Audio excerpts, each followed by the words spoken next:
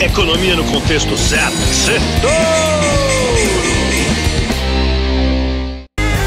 Boa noite, Brasil, ouvintes da Jovem Pan, bem-vindos a mais um Sexto, o resumo da semana econômica no contexto certo. E foi uma montanha-russa de emoções essa semana. Teve susto e alívios nos indicadores econômicos americanos, nos balanços das gigantes da tecnologia. Pelo menos na geopolítica, as tensões do Oriente Médio diminuíram. Por aqui, 4 alívios e 2 sustos. Alívios: o presidente da Câmara, Arthur Lira, negou o avanço de pautas bomba lá de 100 bilhões de reais para as contas públicas. 2, a reforma tributária avançou. 3, a Petrobras confirmou o pagamento dos 50% dos dividendos extras. E 4, a prévia da inflação oficial de abril veio abaixo do esperado. Vai ter sustos. O mais cotado para ser o novo presidente do Banco Central do Brasil pediu pro Banco Central não se emocionar com os Estados Unidos e continuar cortando juros, mas acabou emocionando foi os investidores.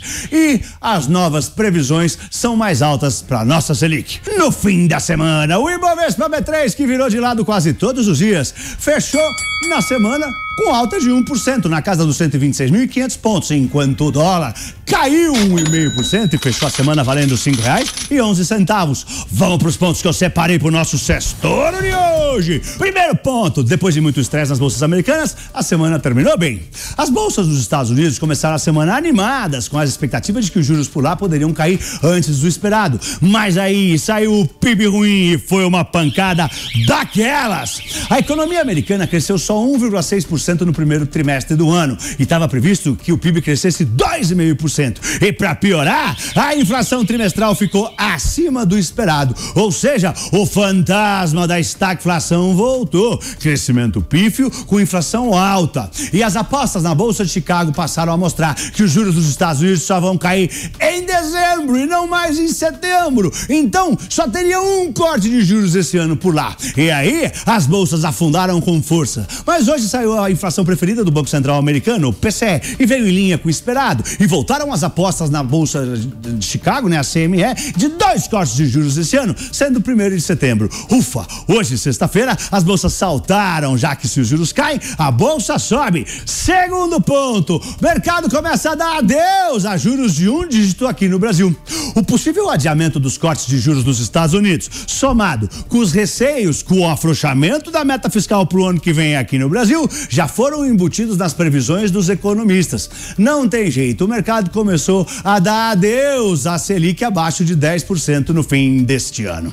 No Focus, né, a média agora ainda está em 9,5%. Semana passada era 9,13%. O Focus é uma pesquisa com 120 economistas de grandes instituições. Mas muitas casas revisaram para cima suas projeções para os juros na nossa economia para 2 dígitos, como por exemplo a XP e o JP Morgan, que subiram suas projeções de 9 e 9,5% para 10%. Isso puxou os juros futuros e o dólar e pesou na bolsa. Mas o alívio do IPCA 15 na sexta-feira deu um respiro. IPCA 15 é a prévia da inflação oficial, né, que é o IPCA cheio. Ninguém quer juros altos. Juros altos tendem a tirar dinheiro, tirar capital de ativos mais arriscados, como a bolsa, e desestimular empresários a investir.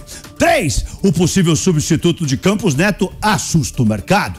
Num ambiente de expectativa para corte de juros no Brasil, onde os Estados Unidos estão atrasando seus cortes e o Brasil não vai ter mais o equilíbrio das contas públicas no ano que vem, o mais cotado para substituir Roberto Campos Neto na presidência do Banco Central no ano que vem, Gabriel Galípolo, assustou os investidores nessa semana. Ele foi na direção contrária de Campos Neto e pediu calma para o Banco Central não se emocionar muito, no sentido de desacelerar o ritmo de corte de juros. O Roberto Campos Neto sempre diz que as incertezas quanto ao corte de juros dos Estados Unidos podem frear o ímpeto de corte de juros por aqui. Até porque senão o dólar dispara e puxa a inflação também.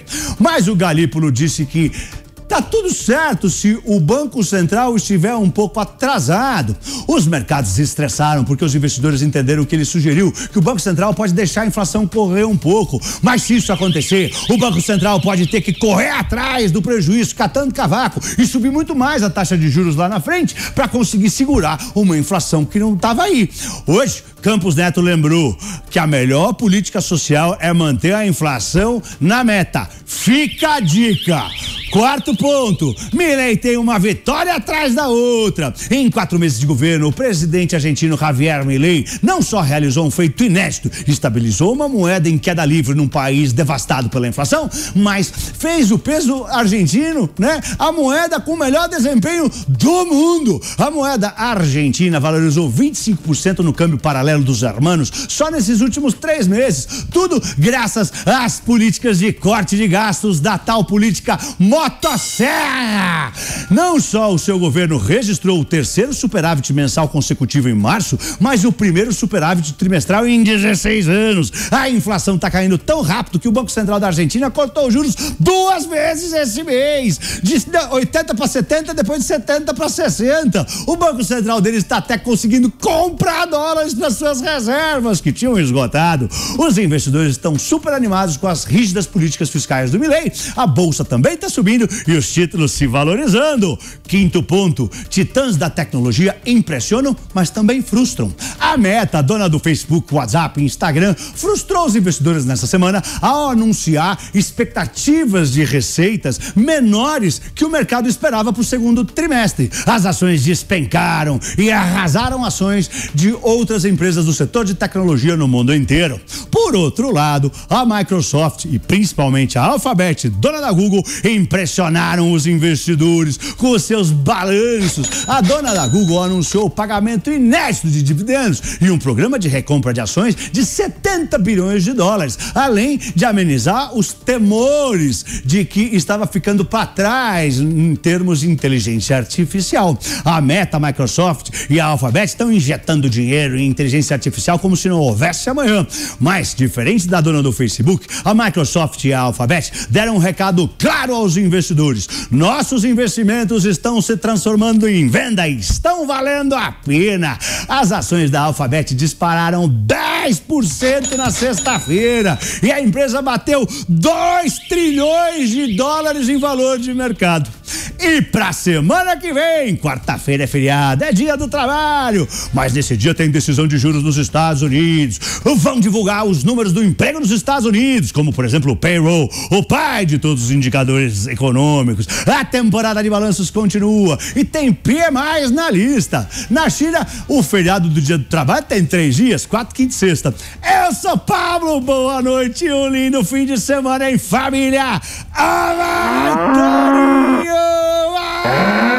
Torinho!